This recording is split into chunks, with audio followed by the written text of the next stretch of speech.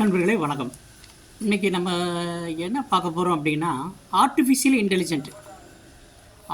இன்டெலிஜென்ஸுடைய வளர்ச்சி நம்மளுடைய ஐடி இண்டஸ்ட்ரீஸை எந்த அளவுக்கு பாதிக்க போகுது, பாதிச்சிருக்கு அப்படிங்கிறத பற்றி பார்க்க போகிறோம் இல்லையா? ஏன்னா வேர்ல்டுலேயே அதிகமாக ஐடி இண்டஸ்ட்ரியில் நம்ம தான் வேலை பார்த்துட்ருக்கோம். கிட்டத்தட்ட 60 லட்சம் பேர் இன்றைக்கி நிலைமையில் நம்ம ஐடி இண்டஸ்ட்ரியில் ஒர்க் பண்ணிக்கிட்டு கொடுத்துட்ருக்கோம். உலகத்துக்கு நம்ம தான் பண்ணி கொடுத்துக்கிட்டுருக்குறோம், நம்ம நாட்டுக்கும் பண்ணுறோம். 60 லட்சம் பேர் வேலை பார்க்குறோம். கிட்டத்தட்ட நம்ம ஜிடிபியில் 7% நம்ம கான்ட்ரிபியூட் பண்ணுறாங்க ஐடி இண்டஸ்ட்ரீஸ். ஸோ அந்த துறையில் ஏதாவது ஒரு பாதிப்பு வந்தால் நம்ம நாட்டு பொருளாதாரத்தை பாதிக்கும் இல்லையா? ஸோ அதனால தான் அதில் முக்கியமாக பார்க்க போகிறோம். ஒரு 4 நாளைக்கு முன்னால் இந்த ஆர்டிஃபிஷியல் இன்டெலிஜென்ட் டூல் மேனுஃபேக்சர் பண்ணுற கம்பெனியோட சிஇஓ, அதாவது ஆந்த்ரோபிக் அதோட சிஇஓ ஒரு ப்ராடக்டை பற்றி சொன்னார். நாங்கள் வெளியிட்டக்கூடிய ப்ராடக்ட் வந்து கிளாடோடைய ஒரு ப்ராடக்ட் வந்து இந்த பேசிக் லெவல் வேலை எல்லாமே செஞ்சிடும். டேட்டா கலெக்ட் பண்ணுறது, கோடிங்கில் ஹெல்ப் பண்ணும், கஸ்டமர் சப்போர்ட் அட்டன் பண்ணும், டேட்டா ப்ராசஸ் பண்ணும்.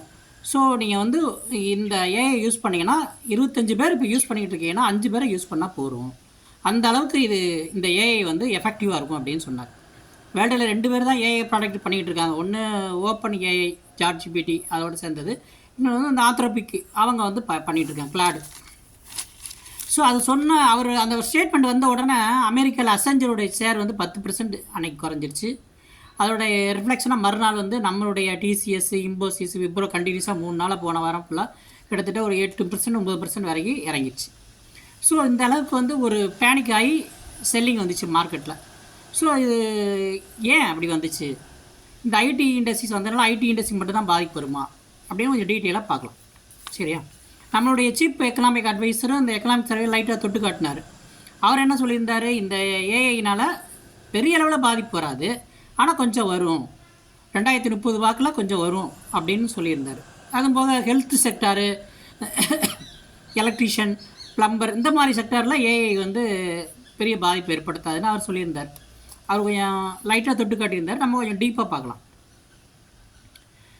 இப்போ வந்து மற்ற நாடுகளில் இது பாதிக்குமானா பாதிக்காது. ஏன்னா அவங்கெல்லாம் மற்ற நாட்டில் வந்து ஃபார் எக்ஸாம்பிள் சைனா வந்து manufacturing oriented, France manufacturing oriented, Germany manufacturing oriented, Japan அப்படி தான். நம்ம நாட்டில் தான் சர்வீஸ் செக்டரில் நிறையா பேரை எம்ப்ளாய் பண்ணியிருக்கோம். கிட்டத்தட்ட 60 லட்சம் பேரை எம்ப்ளாய் பண்ணியிருக்கோம். இப்போ நம்ம என்ன பண்ணுறோம் அப்படின்னா, பேசிக் லெவல் ஒர்க்கெல்லாம் நம்ம வந்து நிறையா பண்ணி கொடுக்கும். டேட்டா கலெக்ட் பண்ணுறது, இதுக்கு இந்த இப்போ 60 லட்சம் பேரில் வந்து கிட்டத்தட்ட ஒரு 30 லட்சம் பேர் இந்த பேசிக் ஒர்க் பண்ணுறவங்களே இருப்பாங்க. ஸோ இந்த ஏஐ டூல் வந்து அந்த 30 லட்சம் பேரை டைரெக்டாக அஃபெக்ட் ஆகும். ஃபார் எக்ஸாம்பிள் இப்போ 2023-24 தான் கடைசியாக வந்து நெட் அடிஷன், அதாவது வேலைக்கு ஆள் எடுத்து 2023-24 முடிஞ்சு போச்சு டிசிஎஸ்லாம். 24-25 கிட்டத்தட்ட 13,000 பேரை வந்து அவங்க கம்மி பண்ணிட்டாங்க. இப்போ இன்னும் 25-26 பார்த்தீங்கன்னா கிட்டத்தட்ட 30,000 பேருக்கு மேலே கம்மி பண்ண போகிறாங்க.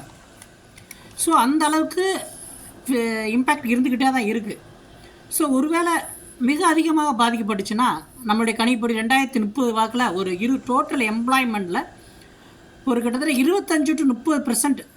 இப்போ 60 லட்சம் பேர் வேலை பார்க்காங்கன்னா அதில் வந்து 30%, கிட்டத்தட்ட ஒரு 20 லட்சம் பேர் வேலை லேயாக போகக்கூடிய, வேலை வாய்ப்பு இழக்கக்கூடிய வாய்ப்பு ஏற்படும். அப்படி ஏற்பட்டால் என்ன ஆகும்?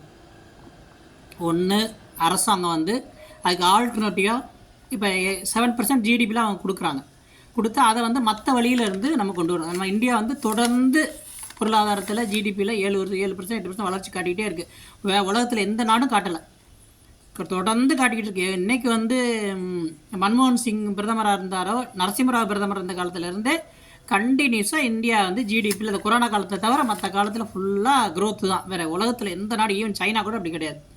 ஸோ அப்படி இருக்கக்கூடிய ஒரு நாட்டில் வந்து இப்படி வந்து ஒரு பெரிய ஒரு பாதிப்பு ஏற்படக்கூடிய வாய்ப்பு இருக்குது. ஸோ அதை வந்து நம்ம கவர்மெண்ட் வந்து பீரியாடிக்கலாக வாட்ச் பண்ணணும். நம்ம 3 மாதத்துக்கு ஒருக்க எப்படி ஆர்பிஐ வந்து அட்ரஸ் பண்ணுறாங்களோ அது மாதிரி வந்து ப்ரெஸ் மீட் கொடுக்கணும். இதுக்கு ஒன்றும் பாதிப்பு இல்லை, நாங்கள் இப்படி ஆல்டர்னேட்டிவ் பண்ணியிருக்கோன்னு. இப்போ ஃபார் எக்ஸாம்பிள் இந்த கடந்த 1 வருஷமாக ரிசர்வ் பேங்க் ஆஃப் இந்தியா வந்து வட்டி விகிதத்தை உயர்த்தவே இல்லை. இப்போ 2 நாளைக்கு முந்தைய நடந்த மீட்டிங்கில் கூட அவங்க என்ன சொல்லியிருக்காங்க, இன்னொரு வருஷத்துக்கு நாங்கள் வட்டி விகிதத்தை உயர்த்த மாட்டோம்னு சொல்லியிருக்காங்க. ஏன் அப்படின்னா விலைவாசி 1 வருஷமாக கூடவே இல்லை, அடுத்த 1 வருஷத்துக்கு விலைவாசி கூடாது, இன்ஃப்ளேஷனே வராது அப்படின்னு சொல்லிட்டாங்க. நமக்கு என்ன பயம்னா, இன்ஃப்ளேஷன் வராமல் இருந்தால் பரவாயில்ல, டீஃப்ளேஷன் வந்துடக்கூடாது. அதாவது அளவுக்கு அதிகமாக விலைவாசி குறைஞ்சிடக்கூடாது. அதாவது சப்ளை அதே தான் இருக்குது, சப்ளை அதிகமாக இல்லை. ஒரு பொருளோட விலை எப்படி முடிவாகும்? சப்ளையும் டிமாண்டை வச்சு. டிமாண்ட் அதிகமாக இருந்தால் விலை கூடும், இல்லைன்னா சப்ளை கம்மியாக இருந்தால் கூடும். நமக்கு சப்ளை அதே தான் இருக்குது, அது ஒன்றும் ரொம்ப அதிகமாகவும் இல்லை கூடவும் இல்லை இந்தியாவில். ஆனால் டிமாண்ட் குறைஞ்சிடக்கூடாது, எக்ஸ்பெண்டிச்சர் பவர் குறைஞ்சிடக்கூடாது. ஃபார் எக்ஸாம்பிள் இப்போ வந்து 30% வேலை வாய்ப்பு குறையுது அப்படின்னா ஐடி இண்டஸ்ட்ரியில், அவங்க தான் இந்த ஐடி இண்டஸ்ட்ரியில் வேலை பார்க்குறவங்க தான் ஸ்பெண்டிங் நிறைய பண்ணுவாங்க. இப்போ ஒரு வாத்தியார் இருக்கார், அவர் சம்பளம் வாங்குறாரு, கிட்டத்தட்ட 1 லட்சம் 7 லட்சம் வாங்குறாருன்னா அவர் என்ன பண்ணுவார்? அவர் மேக்ஸிமம் 10,000 20,000 தான் செலவு பண்ணுவார். அவர் அதை இன்வெஸ்ட் பண்ணுவார், கோல்டு வாங்குவார், லேண்டு வாங்குவார், இல்லைன்னா வேறு ஏதாவது பேங்க்ல வட்டி போடுவார், இல்லைன்னா வேறு அசெட் வாங்குவார். அந்த மாதிரி தான் அவர் பண்ணுவார். ஆனால் ஐடி பீப்புள் 1 லட்சம் வாங்கினாங்க அப்படின்னா அதில் வந்து 80% 90% அவங்க ஸ்பெண்ட் பண்ணுவாங்க. ஓலா புக் பண்ணுவாங்க, ஆன்லைனில் ஃபுட்டு ஆர்டர் பண்ணுவாங்க, டூர் போவாங்க. டூர் போனால் என்ன ஆகும்?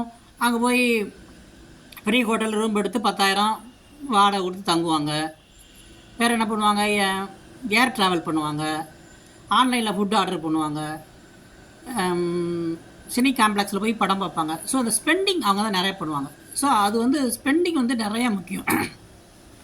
இந்தியாவில் வந்து அந்த பர்ச்சேசிங் பவர் அதிகமாக இருக்குது, ஸ்பெண்டிங் நிறையா பண்ணுறாங்கன்னா நிறையா ஃபாரின் டைரக்ட் இன்வெஸ்ட்மெண்ட் இந்தியாவுக்கு வருது. இந்த ஸ்பெண்டிங் வந்து கம்மியாக போச்சு அப்படின்னா ஃபாரின் இன்வெஸ்ட்மெண்ட் வராது, யாரும் இங்கே இந்தியாவை விரும்ப மாட்டாங்க. ஸோ அதனால் வந்து நம்ம we have to go for alternative. நம்ம ஜிடிபி கம்மியாக இல்லாமல் இருக்கிறதுக்கு பார்க்கணும். இப்போ நம்மகிட்ட என்ன சோர்ஸ் இருக்குது? நம்மகிட்ட அளவுக்கு அதிகமாக கோல் இருக்குது. ஸோ வந்து இப்போ நேச்சுரல் கேஸை இம்போர்ட் பண்ணிகிட்ருக்கோம். இப்போ வந்து அந்த கோல் கேசிஃபிகேஷனில் அதை வந்து ரிவர்ஸ் இன்ஜினியரிங் மெத்தடில் வந்து திருப்பி கேஸாக மாற்றக்கூடிய டெக்னிக் கண்டுபிடிச்சிட்டாங்க. ஸோ அந்த டெக்னாலஜியை இப்போ அது வந்து ப்ராஜெக்ட் லெவலில் தான் இருக்குது. அதை வந்து அதிகமாக இன்சென்டிவ் கொடுத்து டெவலப் பண்ணணும். டெவலப் பண்ணால் அதோடைய கான்ட்ரிபியூஷன் அதிகமாக இருக்கும். அடுத்து அந்தமானில் வந்து என்ன பண்ணியிருக்காங்க? ஹைட்ரோ கார்பன் நிறையா இருக்குன்னு கண்டுபிடிச்சிருக்காங்க. ஸோ அதை வந்து அரசாங்கம் வந்து மிக இராணுவ நடவடிக்கையில் அதை வந்து இன்னும் ஒரு 2 வருஷத்துக்குள்ளே எப்போ இந்த டீஃப்ளேஷன் வரங்குள்ளேயும், அதாவது இந்த ஐடியோடைய மந்தநிலை வரங்குள்ளேயும் அங்கே, ஏன்னா அது வந்து மிகப்பெரிய ஒரு பொருளாதார பலனை அளிக்கக்கூடிய ஒரு ஏரியாவாக இருக்குது, கண்டுபிடிச்சிருக்காங்க இப்போதைக்கு. அந்தமானில் அளவுக்கு அதிகமாக ஹைட்ரோ கார்பன் இருக்குது கீழே, அதாவது க்ரூட் ஆயில் இருக்குது, அதை மேலே கொண்டு வரலாம். அதை வந்து பயங்கரமாக முன்னேற்றம் அரசாங்கம் செய்யணும். அது மாதிரி மக்கள் பேனிக்காகாமல் இருக்கிறதுக்கு அப்பப்போ வந்து நம்ம வந்து ஃபைனான்ஸ் மினிஸ்டரோ இல்லைன்னா யாராவது கேபினட் செக்ரட்டரியோ வந்து மக்கள்கிட்ட அட்ரஸ் பண்ணிகிட்டு இருக்காங்க. மக்கள் பேனிக் ஆனாங்கன்னா செல்லிங் நிறையா வரும்.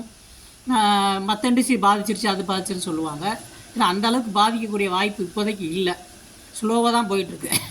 இதோடைய ஒரு குறைஞ்சது ஒரு 5% பாதிப்பு இருக்கும், கண்டிப்பாக 5% பாதிப்பு கண்டிப்பாக இருக்கும். அதனால் கவர்மெண்ட் இன்னொரு கூட ஒரு உத்தரவு கூட போடலாம், எந்த சாஃப்ட்வேர் மறைமுகமாக போடணும், 5%க்கு மேலே லே ஆஃப் கொடுக்கக்கூடாது அப்படின்னு. ஏன்னா டிசிஎஸ் பாட்டுக்கு இப்போ 6 லட்சம் பேர் வேலை பார்க்குறாங்க, டக்குன்னு 10% அவன் பாட்டு 60 லட்சம் பேர் நிப்பாட்டிடக்கூடாது. ஸோ அதனால் வந்து அரசாங்கம் என்ன பண்ணணும், ஒரு சீலிங், எந்த பெரிய சாஃப்ட்வேர் கம்பெனியும் ஐடி இண்டஸ்ட்ரீஸோ வந்து டோட்டல் எம்ப்ளாய்மெண்ட்டில் 5%க்கு மேலே லே ஆஃப் கொடுக்கக்கூடாது அப்படின்னு ஒரு ஜியோ போடலாம். அப்புறம் மறைமுகமாக மற்ற எக்கனாமிக் ஆக்டிவிட்டீஸை டெவலப் பண்ணலாம். இன்னும் முக்கியமாக இந்த சேல்ஸ், இன்னும் வரக்கூடிய மந்தில் வந்து இன்னும் ஒரு வருஷம் 2 வருஷத்தில் எப்படி கார் சேல்ஸு, 2 வீலர் சேல்ஸ் எல்லாம் அதிகமாகுதா கம்மியாகுதான்னு வாட்ச் பண்ணிவிட்டு அரசாங்கம் நடவடிக்கை எடுக்க வேண்டும். நம்மளும் இப்போ என்னுடைய பர்சனல் அட்வைஸ் என்னென்னா, இப்போ இதனால் ஏதாவது இந்த ஒரு இம்பேக்ட் வந்துருச்சு அப்படின்னா என்ன பாதிப்பு வரும்? தங்க விலை குறையுமா? தங்க விலை கண்டிப்பாக குறையாது. ஏன்னா தங்கம் வெள்ளி இதெல்லாம் இன்டர்நேஷ்னல் மார்க்கெட்டில் ஃபிக்ஸ் பண்ணக்கூடிய இடம். லேண்டு வேல்யூ குறையுமா? அது குறையாது. ஏன்னா அங்கே டிமாண்ட் அதிகமாக இருக்குது. இன்னும் இந்தியாவில் நிறையா பேர் சொந்த வீடு இல்லாமல் இருக்காங்க. ஸோ சொந்த வீடு கட்டக்கூடிய ஆள் நிறையா இருக்காங்க. ஸோ லேண்ட் வேல்யூ குறையாது. குறிப்பாக என்ன விலை குறையும் அப்படின்னா, இப்போ அப்பார்ட்மெண்ட் மாதிரி கட்டி நிறையா வச்சுருக்காங்களா ஸ்டாக்கு, அந்த வீடை வாங்கக்கூடிய கேப்பபிலிட்டி அந்த ஐடி பீப்புளுக்கு தான் இருக்குது. ஸோ அது அவங்க வாங்காமல் போவாங்க. ஸோ இப்போ வந்து ஒரு 3 பெட்ரூம் அப்பார்ட்மெண்ட்டு சென்னையிலையோ பூனேலையோ ஹைதராபாத்லேயோ வாங்கினா ஒரு 1 கோடி ரூபா வரும் அப்படின்னா 2030 வந்து அந்த விலை வந்து 75 லட்சமாக குறையக்கூடிய வாய்ப்பு இருக்குது அப்படின்னு என்னுடைய தனிப்பட்ட கருத்து. ஓகேவா? ஒன்று. மற்றபடி பெரிய அளவில் எதுவும் விலைவாசி குறையாது. வேணால் ஏர் டிக்கெட் வந்து இதே இதில் அதிகமாகாமல் இருக்கலாம், ஹோட்டலில் உள்ள ரூம் ரெண்ட் வந்து அதிகமாகாமல் போயிடலாம், கம்மியாக கூட ஆகலாம். ஸோ ஆன்லைனில் ஆர்டர் பண்ணக்கூடிய இந்த ஜொமோட்டோ பிஸ்னஸ் கொஞ்சம் பாதிக்கலாம். ஸோ நம்ம மேக்ஸிமம் அக்ரிகல்ச்சரை நம்பி தான் இருக்கும் அந்த நம்ம நாடு. ஸோ அதனால் பெரிய இம்பேக்ட் ஏற்படுத்தாது, இருந்தாலும் ஒரு கம்மியான இம்பேக்ட் ஏற்படுத்தும். இதை அரசாங்கம் ஒரு அசால்ட்டை விடாமல் ஒரு சீரியஸாக கண்காணித்து மக்கள்கிட்ட அப்பப்போ விழிப்புணர்வு ஏற்படுத்தி கொண்டு செல்ல வேண்டும் என்று வேண்டி இந்த இதை முடிக்கிறேன். நன்றி, வணக்கம்.